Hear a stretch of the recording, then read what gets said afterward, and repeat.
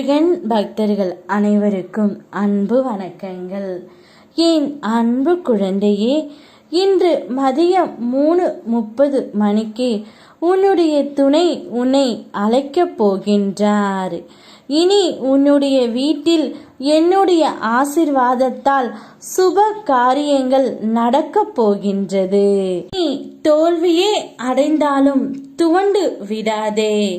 உன்னை தூக்கிவிட நான் இருக்கின்றேன்.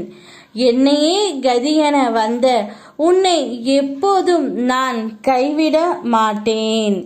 இப்போதைய சூழ்நிலை உனக்கு சாதகமாக இல்லை என்றாலும் இனி வரும் காலங்களில் உன் கைகள் ஓங்கி நிற்கும்.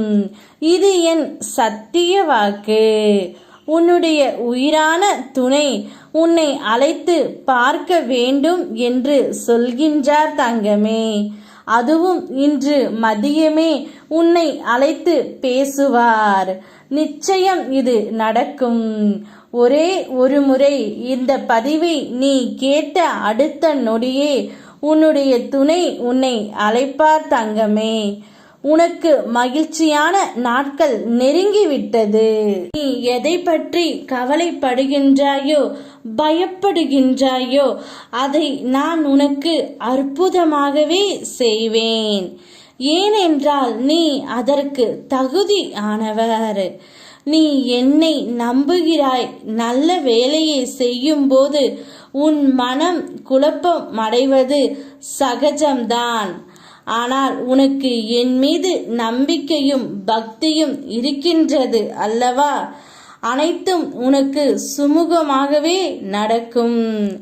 வாழ்க்கையில் வெற்றி எந்த அளவிற்கு வருகின்றதோ அதே அளவிற்கு தோல்வியும் வரும். தோல்வியை நீ சந்தித்தால் மட்டுமே நிச்சயம் உனக்கான வழி பிறக்கும். எவ்வளவோ வேதனை, எவ்வளவோ துயரங்கள், இதிலிருந்து மீண்டு வந்திருக்கின்றாய். உன்னை கைவிடுவேனா என்ன? இனி நடக்கப் போவதை பார்த்து வியக்கப் போகின்றாய். தைரியமாக இரு தங்கமே, நீ ஜெயிக்கப் போகின்றாய்.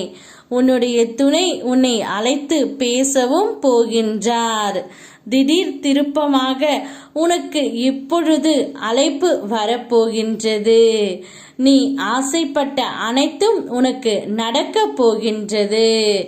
சந்தோஷத்தை வரவேற்க சந்தோஷமாக காத்து கொண்டு இரு. யாம் இருக்க பயமேன். ஓம் முருகா.